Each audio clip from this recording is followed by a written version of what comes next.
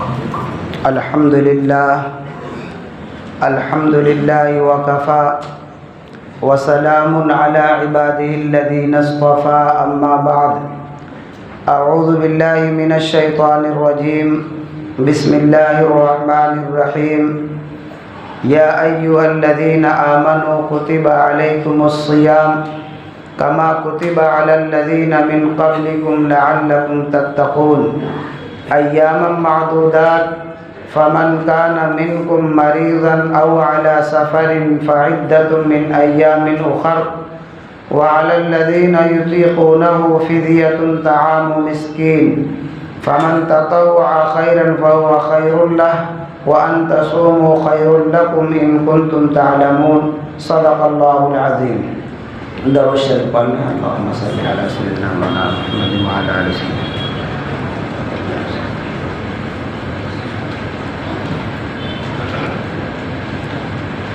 رمضان المبارک کا یہ آخری جمعہ ہے. اس سال رمضان المبارک کا یہ آخری جمعہ ہے. اس سے پہلے کبھی آپ ایک عنوان سماعت فرمائے تھے استقبال رمضان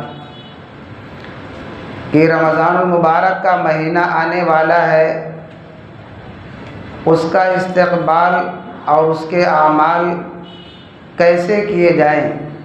اور آج ایک جمعہ ہے جو آخری جمعہ اور الوداعی جمعہ کے نام سے ہمارے سامنے آیا ہے. نہ جانے یہ آخری ہم میں سے کس کا جمعہ اور رمضان ہو. وقت اپنے اعتبار سے آتا اور جاتا ہے. کامیاب لوگ وہ ہیں جو وقت کو قیمتی بنا لے. امام مالک رحمۃ اللہ علیہ کہتے ہیں کہ وقت جو ہے ایک تلوار ہے. اگر اپنے اچھے اعمال سے تم نے وقت کی قدر کر لی تو تم کامیاب ہو گئے، اور اگر تم نے اپنے کوئی نیک عمل سے وقت کی قدر نہیں کی تو وقت گویا کہ تم کو کاٹ دیا. وہ تلوار ہے، یا نیک اعمال سے تم اس کو کاٹو یا تو برے اعمال سے وہ تمہیں کاٹ دے گا. رمضان کا مہینہ ان پر بھی گزرا جو روزہ رکھے، ان پر بھی گزرا جو روزہ نہیں رکھے، جو نماز نہیں پڑھے ان پر بھی گزر رہا ہے، اور جو اس کا اہتمام کر رہے ہیں ان پر بھی گزر رہا ہے. لیکن فرق ہے. ایک لڑکا اپنے ماں باپ کا خیال کرے، خدمت کرے، خرچ دے اور ان کی ضرورت کو پورا کرے، اور دوسرا ایک مہینے کے بعد آ کر صرف سوری کر لے. تو سوری کہنے سے ماں باپ کی تکلیف دور نہیں ہوتی ہے، ان کی ضرورت پوری نہیں ہوئی ہے. تو کرنے اور نہ کرنے والوں میں ایسا فرق ہے. کرنے والوں سے اللہ تبارک و تعالی راضی ہوتے ہیں اور نہ کرنے والوں سے ناراض ہوتے ہیں.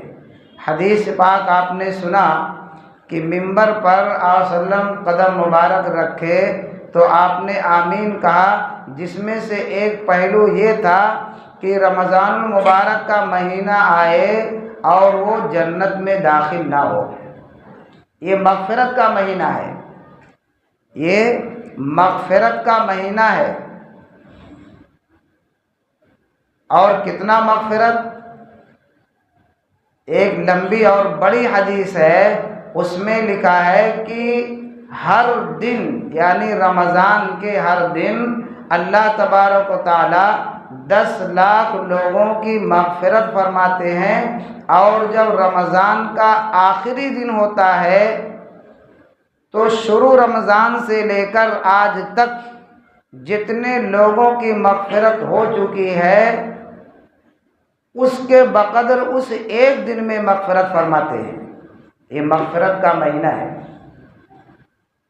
یہ مہینہ پا کر اگر ہم اپنی مغفرت نہ کروا پائے تو آئندہ آنے والا دن یقیناً اس مہینے سے کمتر درجہ رکھتا ہے، اور عبادت کی جو توفیق اس مہینے میں ہو جاتی ہے دوسرے مہینے میں نہیں ہوتی۔ اس مہینے میں توفیق اس لیے ہوتی ہے کہ اللہ تبارک و تعالیٰ نے اہتمام فرمایا، سرکش شیاطینوں کو قید کروایا، جہنم کے دروازوں کو بند کروایا، اپنے رحمت کے دروازوں کو کھول دیا، رحمت کا نزول بارش کی طرح موسلادھار نازل فرمایا،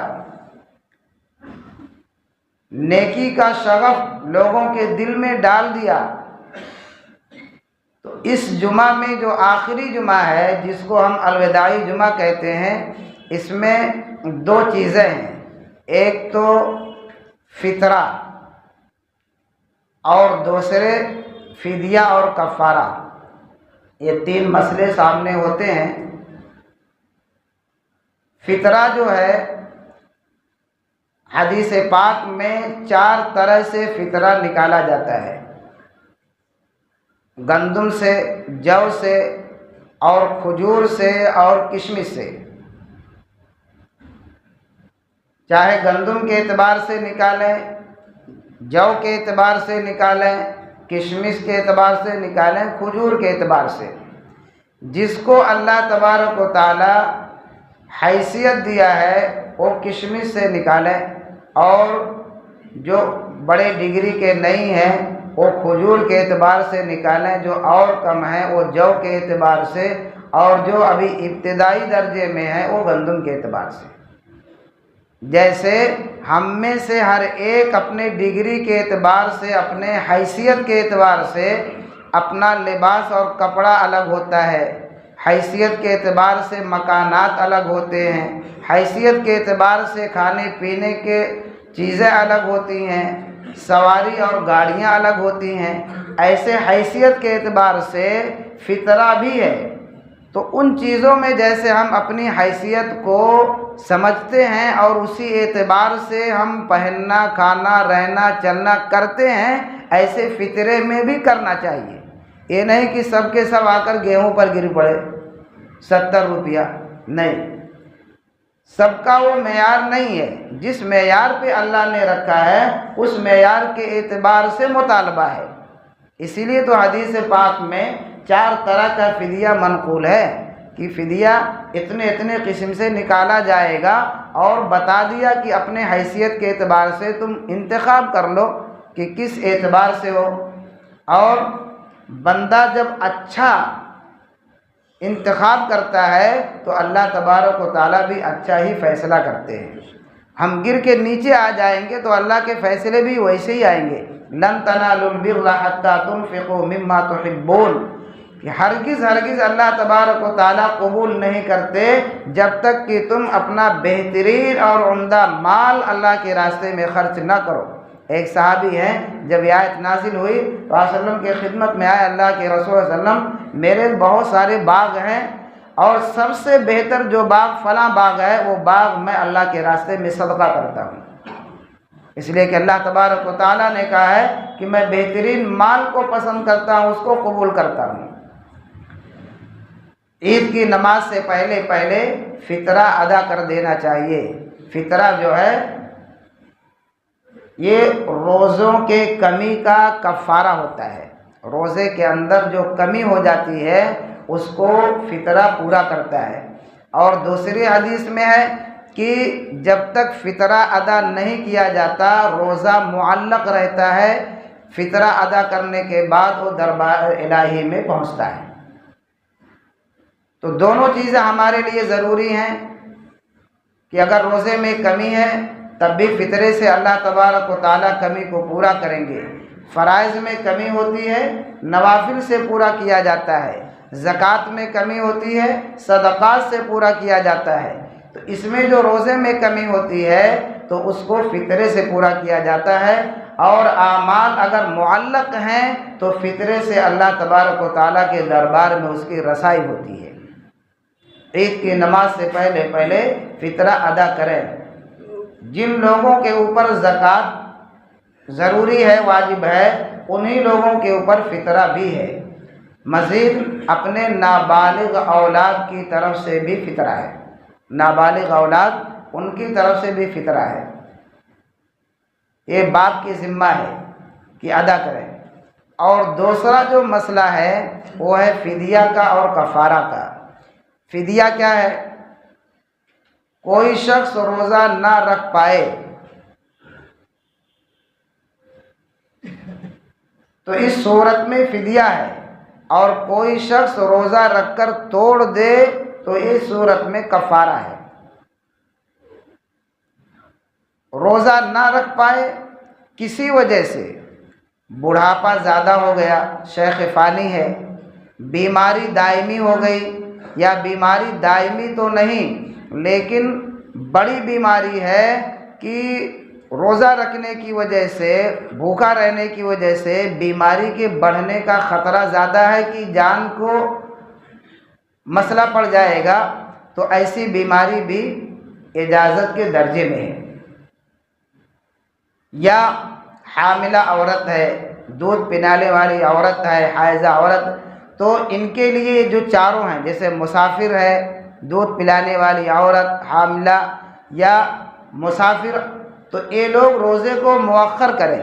یہ چار قسم کے لوگ روزے کو مؤخر کریں: مریض، مسافر، دودھ پلانے والی عورت اور حمل والی عورت، حیض والی عورت، یہ چار قسم کے لوگ روزے کو مؤخر کریں، یعنی بعد میں رکھیں۔ ہاں، ان کو بعد میں کوئی دشواری پیش آئے تب جا کر فدیہ کا مسئلہ بنتا ہے، لیکن وہ لوگ جو مسلسل بیمار ہیں یا بہت ضعیف ہو چکے ہیں یا بیماری کے بڑھنے کا خطرہ ہے تو یہ اپنا فدیہ روزے کا نکالیں۔ ایک روزے کا فدیہ کیا ہے؟ ایک روزے کا فدیہ ایک مسکین کا 2 ٹائم کھانا ہے، پیٹ بھر کر ایک مسکین کو 2 ٹائم کھانا کھلائیں، ایک روزے کا فدیہ ہے۔ اگر 50 روپیہ ایک ٹائم کا پکڑیں گے تو ایک مہینے کا 3000 روپیہ فدیہ ایک روزے کا نکلے گا۔ کفارہ کیا ہے؟ کفارہ روزہ رکھ کر جان بوجھ کر روزہ توڑ دیں، اس صورت میں کفارہ آتا ہے۔ ایک روزہ جو ٹوٹا ہے اس کا قضا، اس کی قضا، اور اس کے علاوہ کفارہ کتنا؟ مسلسل 60 روزہ رکھنا ہے۔ پھر اگر 60 روزے کے بیچ میں ایک روزہ بھی چھوڑ دیا گیا تو واپس سے پھر گنتی شروع ہو جاتی ہے۔ اتنا رمضان کے روزے کی اہمیت ہے۔ ایک روزہ بھی اگر چھوٹ گیا تو واپس پہلی گنتی پھر شروع ہو جاتی ہے۔ اتنا اہمیت رمضان شریف کے روزے کی ہے۔ اور اہمیت کے بارے میں، فضیلت کے بارے میں اس سے پہلے بات آ چکی ہے کہ رمضان کا روزہ اللہ کے نزدیک کتنا اہمیت اور کتنی فضیلت اس کی ہے، کتنا اہمیت رکھتا ہے۔ یہ کوئی معمولی بات ہے کہ عرش الہی کو اٹھانے والے فرشتوں کو حکم ہو جاتا ہے کہ جو تسبیح تم پڑھتے ہو وہ تسبیح بند کر دو، روزے دار کے دعاؤں پر آمین کہو۔ 11 مہینہ بندہ گناہ کرتا ہے، ایک مہینہ ایسا آتا ہے رمضان کا کہ اس مہینے میں توبہ کر لیا، استغفار کر لیا، معافی مانگ لیا، پورے 11 مہینے کے گناہ مٹ جاتے ہیں، دھل دیے جاتے ہیں، ختم کر دیے جاتے ہیں۔ دنیا میں کوئی ایسی کمپنی، ایسی ایجنسی، ایسی دکان، ایسا ہوٹل نہیں ہوگا کہ 11 مہینہ ان کے ہاں ادھار لو، کھاؤ پیو، اور 12ویں مہینے میں پوری بل 11 مہینے کی معاف کر دے۔ ایسا دنیا میں نہیں ہے۔ یہ اللہ تبارک و تعالیٰ کے دربار میں، اللہ تبارک و تعالیٰ کے خزانے میں کوئی کمی نہیں ہے۔ یقیناً اللہ تبارک و تعالیٰ معاف کرنے والے ہیں، اور اپنے معاف کرنے کا اعلان قرآن پاک میں کروا چکے ہیں کہ اے میرے محبوب، میرے بندوں سے کہہ دو کہ میں معاف کرنے والا ہوں، میں معاف کرنے والا ہوں۔ ہماری کمی ہے کہ ہم اپنے گناہوں سے توبہ جس طرح کرنا چاہیے نہیں کرتے، جس طرح توبہ کرنا چاہیے ہم توبہ نہیں کرتے۔ توبہ کا مطلب ہی ہوتا ہے کہ پچھلے گناہوں پر ندامت ہو، افسوس ہو، فکر ہو، غم ہو، اور آئندہ اس گناہ کو نہ کرنے کا عزم مصمم یعنی پختہ ارادہ ہو۔ ہم تو ڈرتے ہیں کہ اگر توبہ کر لیے کہ یا اللہ ہم اب جھوٹ نہیں بولیں گے، تو یہ کہتے ہوئے ہم جیسے ڈرتے ہیں کہ آئندہ جب جھوٹ کا موقع آئے گا تو ہم کیا کریں گے، جھوٹ تو بولنا پڑے گا، کریں گے کیا اس موقع پر، تو یہ کہتے ہوئے جیسے ڈر لگتا ہے، حالانکہ جھوٹ یہ جہنم کی طرف لے جانے والا ہے، اللہ کے غضب کو دعوت دیتا ہے، اللہ کے غصے کو بھڑکاتا ہے، اور سچائی جنت کی طرف لے جانے والا ہے، اللہ کو راضی کرتا ہے، اللہ کو خوش کرنے والا عمل ہے، یہ نجات کا راستہ ہے۔ اور جھوٹ میں برائی اور فساد ہے، اور سچ میں اچھائی اور نجات ہے۔ تو بہت ساری چیزیں ہم جانتے ہوئے جیسے ڈرتے ہیں آنے والے وقت میں کہ اگر ہم توبہ اس سے کر لیے تو آئندہ پھر ہم کیسے اپنا کام چلائیں گے، شریعت نے پاک صاف رہنے کا حکم دیا ہے، پاک صاف رہنے کا حکم دیا ہے۔ یا ایھا الذین آمنوا اتقوا اللہ وقولوا قولا سدیدا، پاک صاف رہنے کا، سچی بات کہنے کا، اچھا عمل کرنے کا، اچھے اخلاق کا، یہی تو مذہب ہے جو اپنے ماننے والوں کو ہر طرح سے پاکیزہ رکھتا ہے، ہر بولنے والے کو سچائی کا حکم دیتا ہے، ہر کرنے والے کو اچھا اور نیک عمل کرنے کا حکم دیتا ہے۔ یہی تو مذہب اسلام کی خوبی ہے۔ اس کا تیوہار، اس کا عید جب اس کی آئے گی تو اس کی تعلیم بھی ساتھ میں آئے گی کہ نہا دھل کر، عطر لگا کر، کپڑے میں جو اچھا کپڑا پہن کر پھر تم اپنی عید منانے کے لیے آؤ۔ یہ اسلامی تیوہار، اسلامی عید ہے، اپنے آپ کو گندا کر کے نہ آؤ، شکل صورت بگاڑ کر نہ آؤ، میلے کچیلے پہن کر کپڑے مت آؤ، اہتمام کر کے آؤ۔ نماز کے لیے آؤ مسجدوں میں تو صفائی ستھرائی کے ساتھ آؤ۔ یا بنی آدم خذوا زینتکم عند کل مسجد، اے آدم کی اولاد جب نماز کے لیے آیا کرو، خذوا زینتکم تو زینت یعنی صفائی ستھرائی کر کے آیا کرو، یہ نہیں کہ کسی کے بازو میں کھڑے ہو گئے اور بدن سے کپڑے سے بدبو آ رہی ہے کہ دوسروں کو بھی اس سے تکلیف ہو۔ مسواک کا حکم دیا، کپڑے کی صفائی کا حکم دیا، بدن کے غسل کا حکم دیا، ہر طرح سے پاک و صاف ہو کر آؤ، منہ بھی صاف ہو، کپڑا بھی صاف ہو، بدن بھی صاف ہو، یہ مذہب ہے۔ تو فدیہ اور یہ کفارہ جو ہوتا ہے وہ روزہ جان بوجھ کر توڑنے پر ہوتا ہے، اور دونوں کا جو فدیہ ہوتا ہے وہ برابر ہے، یعنی ایک مسکین کو 2 ٹائم پیٹ بھر کر کھانا کھلانا، چاہے روزہ نہ رکھنے کی وجہ سے یا روزہ رکھ کر توڑ دینے کی وجہ سے، دونوں کا کفارہ، دونوں کا فدیہ ایک ہے، نام ایک کا فدیہ ہے، ایک کا کفارہ ہے۔ اب یہ مہینہ ہمارے سامنے ہے، اس سے پہلے امتوں میں ایسا عظیم مہینہ نہیں دیا گیا، اور ایسی عظیم کتاب نہیں دی گئی، اور کتابیں مکمل پورے جلد کے ساتھ اول تا آخر تکمیل کے ساتھ نازل کی گئی۔ تورات ہے، انجیل ہے، زبور ہے۔ تورات حضرت موسیٰ علیہ السلام پر، انجیل عیسیٰ علیہ السلام پر، زبور داؤد علیہ السلام پر مکمل نازل کی گئی، لیکن رفتہ رفتہ آہستہ آہستہ وہ کتابوں کے احکام اور آیتیں اور فرمان الہی نکلتے گئے، بکھرتے گئے، کم ہوتے گئے، زیادہ ہوتے گئے، اس طرح کمی زیادتی اور ملاوٹ ہوئی کہ اصل نسخے کا وجود باقی نہیں رہ گیا۔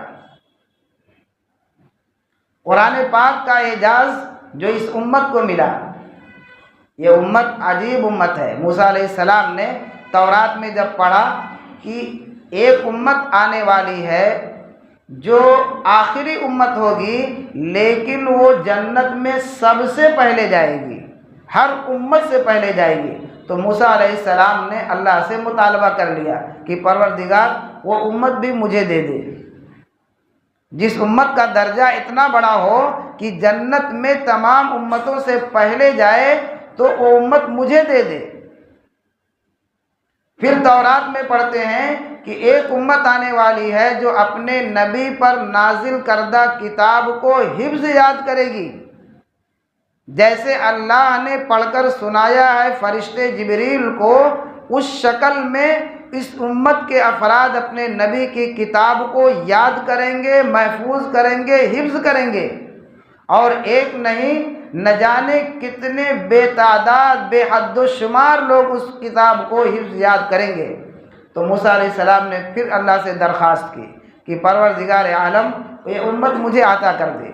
یہ ایسی امت ہے، اتنی اچھی امت ہے، اس کی تعریف نہ ایک ہی صرف قرآن پاک میں کی گئی ہو، پہلی اور پچھلی کتابوں میں بھی اس امت کی تعریف کی گئی۔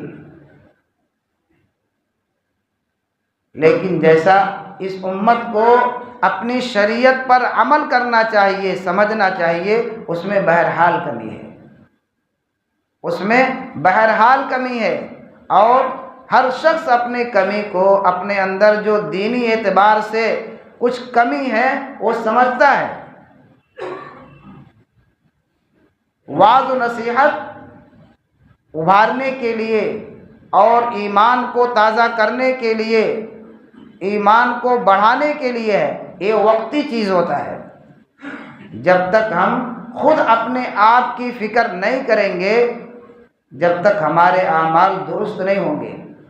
روزانہ اگر ہم اپنی غلطیوں پر نگاہ ڈالیں، جس کو محاسبہ کہتے ہیں، تو بزرگوں نے یہ طریقہ بتلایا ہے کہ کس طرح سے زندگی سے گناہ اور غفلت دور ہو سکتی ہے، کہ روزانہ جب سونے کا وقت ہو تو دن بھر کے اعمال کا محاسبہ کرو، جہاں جہاں غلطی ہوئی ہے اس سے توبہ کر لیں۔ اس طرح روزانہ جب محاسبہ اور توبہ ہوگا تو ایک دن ایسا آئے گا کہ غلطی اور گناہ یہ ہم سے کم ہو جائیں گے، ختم ہو جائیں گے، یہاں تک کہ ایسا ہو جائے گا کہ گناہوں سے نفرت اور دوری پیدا ہو جائے گی۔ ایسے ایسے اس امت میں بندے اور نیک لوگ گزرے ہیں کہ 20 سال گزر گئے، گناہ لکھنے والے فرشتے کو گناہ لکھنے کا موقع ہی نہیں ملا۔ ایسے ایسے نیک بندے اس امت میں گزرے ہیں، اور جس شخص کا ایک دن گناہ کے بغیر گزرے تو گویا کہ اس نے وہ دن حضرت محمد رسول اللہ صلی اللہ علیہ وسلم کے ساتھ گزارا۔ اب یہ آخری عشرہ ہے، رمضان مبارک یہ ختم ہو رہا ہے، یہ مہمان ہے، یہ رمضان یہ اللہ کا مہینہ ہے، یہ مہمان ہے، اور مہمان اگر کسی کے گھر سے خوش ہو کر جائے تو یقیناً اللہ بھی خوش ہوتے ہیں، اور مہمان جس گھر سے ناراض ہو کر جائے تو اللہ بھی ناراض ہوتے ہیں۔ یہ آپ کے مہمان نہیں، اللہ نے مہمان بنایا ہے، یہ اللہ کا مہینہ ہے۔ یہ معمولی نظافت اور معمولی قدر کی چیز نہیں، جتنا زیادہ اہتمام کر لیں اتنا ہی کم ہے۔ عبادت کما حقہ تو کوئی شخص نہیں کر سکتا، عبادت کما حقہ کوئی نہیں کر پاتا۔ صحابہ کرام دن میں رات میں 24 گھنٹے ان کے عبادت میں گزرتے تھے، اس کے بعد بھی کہتے تھے کاش میں کوئی تنکا ہوتا، کاش میں کوئی پرندہ ہوتا، کاش میں کوئی درخت کی شاخ ہوتا، کاٹ دیا جاتا، سوکھ جاتا، پرندہ ہوتا، کھا لیا جاتا، حساب کتاب سے بچ جاتا، حساب کتاب سے بچ جاتا۔ وَأَمَّا مَنْ خَافَ مَقَامَ رَبِّهِ وَنَهَى النَّفْسَ عَنِ الْهَوَىٰ فَإِنَّ الْجَنَّةَ هِيَ الْمَأْوَىٰ۔ اللہ کے سامنے کھڑے ہو کر حساب دینا یہ کوئی معمولی بات نہیں ہے۔ ایک ایک لفظ جو ہم نے بولا ہے، ایک ایک عمل چھوٹا یا بڑا جو ہم نے کیا ہے، وہ سب کا سب یہ لکھنے والے فرشتوں کے رجسٹر میں درج ہے، ما یلفظ من قول الا لدیہ رقیب عتید، انسان جملہ زبان سے کہتا نہیں کہ وہ لکھنے والے فرشتے جو مقرر ہیں وہ لکھ لیتے ہیں۔ ما یلفظ من قول الا لدیہ رقیب عتید، لکھنے والے فرشتے لکھ لیتے ہیں۔ لا یغادر صغیرۃ ولا کبیرۃ الا احصاها، کوئی چھوٹی بڑی چیز، چھوٹا بڑا عمل، کم زیادہ بول ایسا نہیں جو ہم نے بولا ہو، کیا ہو اور وہ لکھنے سے باقی رہ گیا ہو۔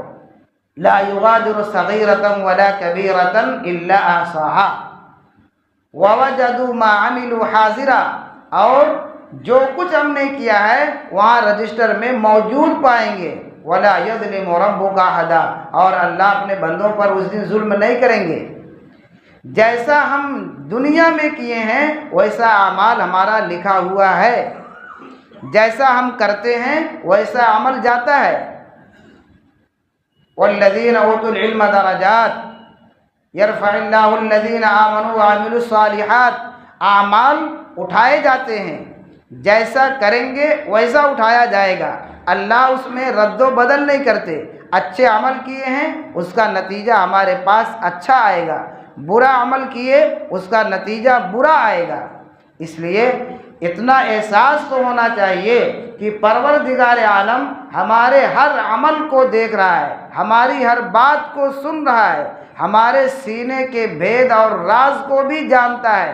ہر چیز اس کے لیے کھلی ہوئی ہے، چاہے ہم میدان میں ہوں یا بند کوٹھری اور گھر میں ہوں۔ وَلَوْ كُنْتُمْ فِي بُرُوجٍ مُّشَيَّدَةٍ، اللہ کی طاقت ایسی ہے کہ شیشہ پلائی دیوار کے اندر پک ہو جاؤ اور جا کر چھپ جاؤ تب بھی اللہ کی طاقت وہاں سے ڈھونڈ نکالے گی۔ سخت تاریکی میں ہو تب بھی اللہ تبارک و تعالیٰ کی طاقت وہاں پر ہے۔ وَعِندَهُ مَفَاتِحُ الْغَيْبِ لَا يَعْلَمُهَا إِلَّا هُوَ، کہ اللہ تبارک و تعالیٰ کے پاس چابی ہے، ہر چیز کی طاقت ہے۔ وَلَا حَبَّةٍ فِي ظُلُمَاتِ الْأَرْضِ وَلَا رَطْبٍ وَلَا يَابِسٍ إِلَّا فِي كِتَابٍ مُّبِينٍ، ایک کالا چھوٹا سا دانہ وہ پہاڑوں کے بلندی یا غار، بڑے غار، اندھیرے غار میں پھینک دیا جائے تو کالے دانے کو اللہ تبارک و تعالیٰ کی طاقت دیکھ رہی ہے، اس کو ڈھونڈ نکالے گی۔ ولا رطب ولا یابس الا فی کتاب مبین، خشکی میں رہنے والی چھوٹی سی چھوٹی چیزیں، بڑی سی بڑی چیزیں اللہ اس کو دیکھ رہا ہے۔ سمندر میں رہنے والی چھوٹی بڑی ہر چیز کو اللہ کی طاقت دیکھ رہی ہے۔ ولا رطب ولا یابس الا فی کتاب مبین، جو روزہ نہیں رکھتے ہیں ان کا انجام اچھا نہیں ہے، ان کا انجام اچھا نہیں ہے۔ روزہ رکھنے والے اور نہ رکھنے والے، نیک عمل کرنے والے، گناہ کرنے والے برابر نہیں۔ ولا تستوی الحسنۃ ولا السیئۃ، ولا تستوی الحسنۃ ولا السیئۃ ادفع بالتي هي احسن فاذا الذي بينك وبينه عداوة كأنه ولي حميم، دونوں برابر نہیں ہو سکتے۔ ولا تستوی الحسنۃ ولا السیئۃ، دونوں برابر نہیں ہو سکتے، مرتبہ دونوں کا الگ الگ ہے۔ ایک پلڑے میں دونوں تولے نہیں جا سکتے، دونوں کا مقام اللہ کے نزدیک الگ الگ ہے۔ ایک کے لیے جنت کا فیصلہ ہونے والا ہے، ایک کے لیے جہنم کا فیصلہ ہونے والا ہے۔ معراج کی شب میں جب آپ صلی اللہ علیہ وسلم معراج کے سفر میں تھے تو بہت سارے عجائبات آپ کو دکھائے گئے، بہت سارے عجائبات آپ کو دکھائے گئے۔ سود کھانے والوں کا انجام وہ دکھایا گیا، اور حقوق کھانے والوں کا انجام وہ دکھایا گیا، یتیموں کا مال کھانے والوں کا انجام وہ دکھایا گیا، نماز چھوڑنے والوں کا انجام وہ دکھایا گیا، برہنہ اور عریاں ننگے پن میں رہنے والوں کا انجام وہ دکھایا گیا، جھوٹ بولنے والوں کا انجام وہ دکھایا گیا، روزہ نہ رکھنے والوں کا انجام وہ دکھایا گیا۔ سفر معراج میں آپ کو بہت سارے عجائبات دکھائے گئے، جنت بھی دکھائی گئی، جہنم بھی دکھائی گئی۔ روزہ نہ رکھنے والوں کا انجام، ان کے پیٹ میں آگ جل رہی ہے، وہ آگ ان کے منہ سے نکل رہی ہے۔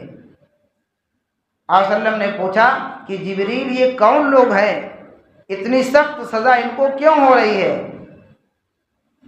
حضرت جبریل نے فرمایا کہ یہ آپ کے امت کے وہ لوگ ہیں جو رمضان کا روزہ نہیں رکھتے تھے، جن کی آنکھ بھوک کی وجہ سے دنیا میں نہیں جلی ہے، آج آگ ان کی آنکھ کو اور منہ کو جلا رہی ہے۔ جن کی آنکھ روزہ رکھ کر بھوک کی وجہ سے، پیاس کی وجہ سے گرم نہیں ہوئی، جلی نہیں، آج ان کے آنکھ کو، آج ان کے پیٹ کو، آج ان کے منہ کو آگ جلا رہی ہے۔ یہ روزہ نہ رکھنے والوں کا انجام ہے۔ قبر میں دفن ہوتے ہی سب سے پہلا جو سوال ہوتا ہے وہ نماز کا ہوتا ہے۔ روز اول کی جا گداز بود، اولی پرشش نماز بود۔ پہلا سوال نماز پڑھے کہ نہیں، نماز کی کیا پابندی تھی؟ ہم تو ویسے ہی چھوڑ دیتے ہیں۔ نماز کیا ہے؟ نماز ہمارے آپ کے نبی کے آنکھ کی ٹھنڈک ہے۔ قرۃ عینی فی الصلاۃ، میرے آنکھ کی ٹھنڈک نماز ہے، میرے آنکھ کی ٹھنڈک نماز ہے۔ نماز ہم نے پڑھ لیا، اپنے نبی کی روح کو، آنکھ کو خوش کر دیا۔ قرۃ عینی فی الصلاۃ، اور الصلاۃ معراج المومنین، جیسے میں سجدہ کرتا ہوں تو اللہ کے دربار میں گویا کہ ہوتا ہوں۔ آپ کے نماز کی کیفیت نقل کی گئی کہ ایک بار آپ سجدے کی حالت میں تھے، کس کیفیت میں تھے وہ اللہ کو معلوم ہے۔ سجدہ بڑا طویل، بڑا لمبا ہو گیا، سجدہ بڑا طویل، بڑا لمبا ہو گیا۔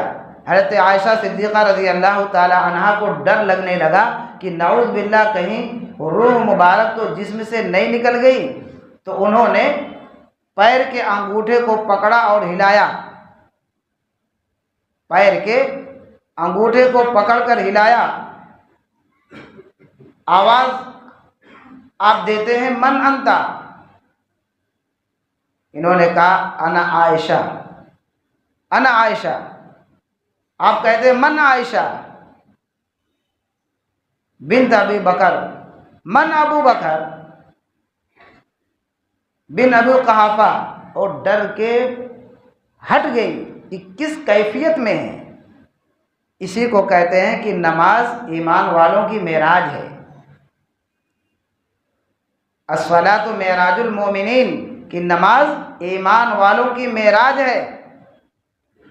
اور یقیناً نماز کے اندر یہ چیز ہے، اگر نماز بن گئی تو تمام اعمال بن جاتے ہیں۔ اتل ما اوحی الیک من الکتاب واقم الصلاۃ ان الصلاۃ تنہی عن الفحشاء والمنکر۔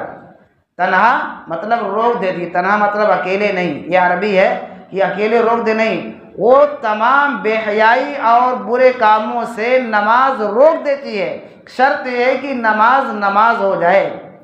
ایک صحابی کی شکایت دوسرے صحابی نے کی، اللہ کے رسول ان سے یہ لغزش خطائیں ہوتی ہیں اور نماز بھی پڑھتے ہیں، تو آپ نے کہا کہ ایک دن ایسا آئے گا کہ نماز ان کو برائیوں سے، کوتاہیوں سے روک دے گی۔ کہ نماز کے اندر خوبی ہے، نماز بن گئی تمام اعمال بن گئے۔ تو یہ مہینہ جو رحمت والا آیا تھا، برکت والا آیا تھا، جیسے ہم کو 2 دن کے بعد عید کی خوشی ملنے والی ہے، ایسے ہمارے اوپر رمضان کے جانے کا غم بھی ہونا چاہیے، رمضان کے ختم ہونے کا، جانے کا غم بھی ہونا چاہیے۔ کیوں؟ یہ رحمت اب نازل نہیں ہونے والی ہے، نیکیوں کی جو قیمت ہے اب وہ اس مہینے کے بعد نہیں ملنے والی ہے۔ یہ آخری جمعہ ہے کہ آپ جو کچھ کرنا چاہیں، جتنا زیادہ مسجد میں تعاون کرنا چاہیں، وہ نیکی کا سیزن ہے، نیکی کا وقت ہے، اس کی قدر ہے، وہ سب مل جائے گا۔ لیکن آپ آنے والے جمعہ میں چاہیں کہ ہم کو نیکی زیادہ مل جائے، تو زیادہ دے کر بھی نیکی اتنا نہیں مل پائے گی۔ تو جیسے ہمیں آنے والے دن میں عید کی خوشی ہو رہی ہے کہ عید آنے والی ہے، ایسے ہی ہمیں اس مہینے کے جانے کی فکر اور غم بھی ہو کہ یہ مہینہ جو رحمت والا تھا، اللہ کی رحمت دنیا پر نازل ہو رہی تھی، فرشتے راتوں دن ان کے لیے استغفار اور دعائیں کر رہے تھے، ان کی دعاؤں پر آمین کہہ رہے تھے، سمندر کی مچھلیاں تک ان کے لیے دعائیں کر رہی تھیں، تو یہ مہینہ ہم سے جانے والا ہے۔ اور اس مہینے میں کیا اللہ تبارک و تعالیٰ نے فضل فرمایا، اس مہینے میں جو شخص انتقال کر جاتا ہے تو عذاب قبر اس کو نہیں ہوتا۔ عذاب قبر پورا مہینہ رمضان کا قبر کا عذاب اٹھا لیا جاتا ہے، اور جو اس مہینے میں انتقال کرتا ہے تو اس کا بھی عذاب قبر اٹھا لیا جاتا ہے۔ علماء نے کہا کہ جب اللہ ایک بار معاف کر دیتا ہے تو پھر اس کی رحمت آگے بڑھ کر آئندہ بھی اس کو معاف کر دیتی ہے۔ اللہ کہتے ہیں ان رحمتی وسعت علی غضبی، میرے بندو میری رحمت میرے غصے پر، میرے پکڑ پر غالب ہے۔ ان رحمتی وسعت علی غضبی، میری رحمت زیادہ ہے، غصہ میرا اس سے کم ہے، میری رحمت میرے غصے کو روک لیتا ہے۔ تو یہ مہینہ رحمتوں والا ہے، یہ ہم سے جدا ہو رہا ہے، جا رہا ہے، اس کا غم بھی ہو، اور آئندہ سال اس کے لیے دعا بھی کریں کہ اللہ تعالیٰ ایمان کے ساتھ، صحت کے ساتھ، عبادت کے ساتھ اس مہینے کو ہمیں عطا فرمائے، اور اس میں اپنے شایع نشان عبادت کی توفیق عطا فرمائے۔ اللہ تعالیٰ کہنے سننے زیادہ عمل کی توفیق عطا فرمائے۔ وآخر دعوانا الحمدللہ رب العالمین۔